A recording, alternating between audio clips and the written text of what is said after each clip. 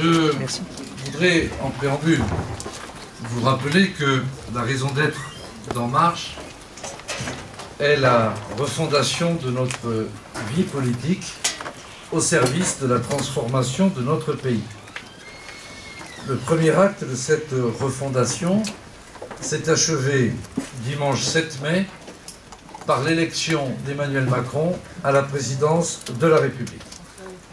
Le second acte commence par conséquent aujourd'hui, avec le dévoilement de nos candidats aux élections législatives des 11 et 18 juin prochains.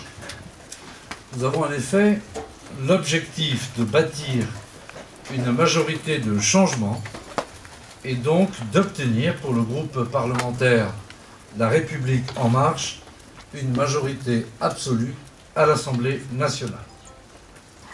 Nous abordons cette nouvelle étape avec le même état d'esprit que celui que vous avez toujours connu, les mêmes principes et les mêmes valeurs que tout ce que nous avons réalisé depuis un peu plus de 13 mois. Une fois encore, nous traduisons en actes les engagements pris devant nos adhérentes, nos adhérents et devant les Françaises et les Français. Après un processus de sélection d'une rigueur, d'une objectivité et d'une impartialité sans précédent sous la Ve République, je suis très fier, en ma qualité de secrétaire général d'En Marche, de vous présenter dans ce dossier de presse, qui vous sera remis à l'issue de nos échanges, celles et ceux qui porteront nos couleurs pour mettre en œuvre concrètement le projet pour lequel Emmanuel Macron a été élu par les Françaises et les Français. Leur profil parle d'eux-mêmes. Nos candidats signent en effet le retour définitif des citoyens au cœur de notre vie politique, et c'est avec eux que la République se met en marche. Le 19 janvier dernier, vous vous en souvenez, pour celles et ceux qui étaient présents, Emmanuel Macron, alors président d'En Marche, a fixé des objectifs de sélection de nos candidats et annoncé la création d'une commission nationale d'investiture. Présidée par Jean-Paul Delevoye, cette commission était composée de 9 membres.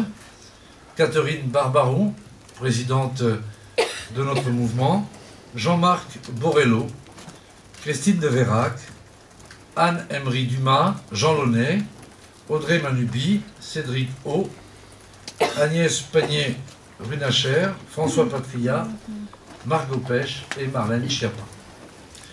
Elle s'est réunie, cette commission, pour la première fois, le 16 février dernier. Au total, ce sont 19 000 dossiers de candidature qui ont été déposés sur la plateforme depuis le 19 janvier, sans compter l'afflux de quelques milliers ces derniers jours. En moyenne, qui ne sont donc pas prises en compte, vous l'aurez compris, dans ces statistiques. 34 candidatures, en moyenne, donc par circonscription.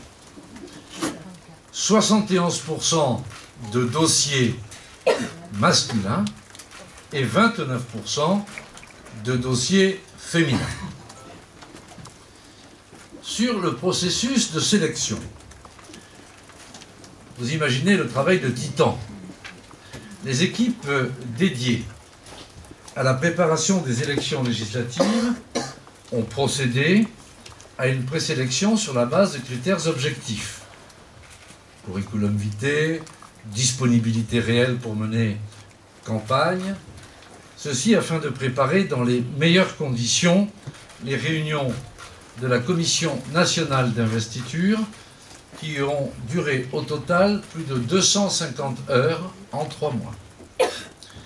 À l'issue de cette présélection, ce sont plus de 1700 entretiens téléphoniques ou physiques qui ont été conduits par une équipe de 10 personnes composée de salariés et de bénévoles du mouvement.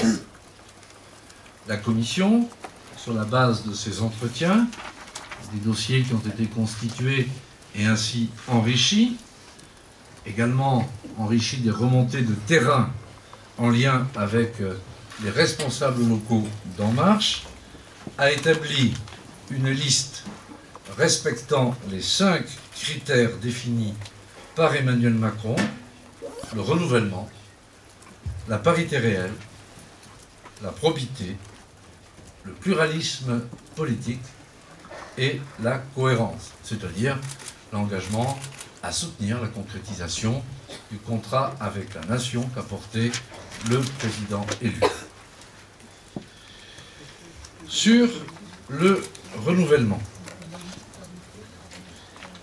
aujourd'hui, ce sont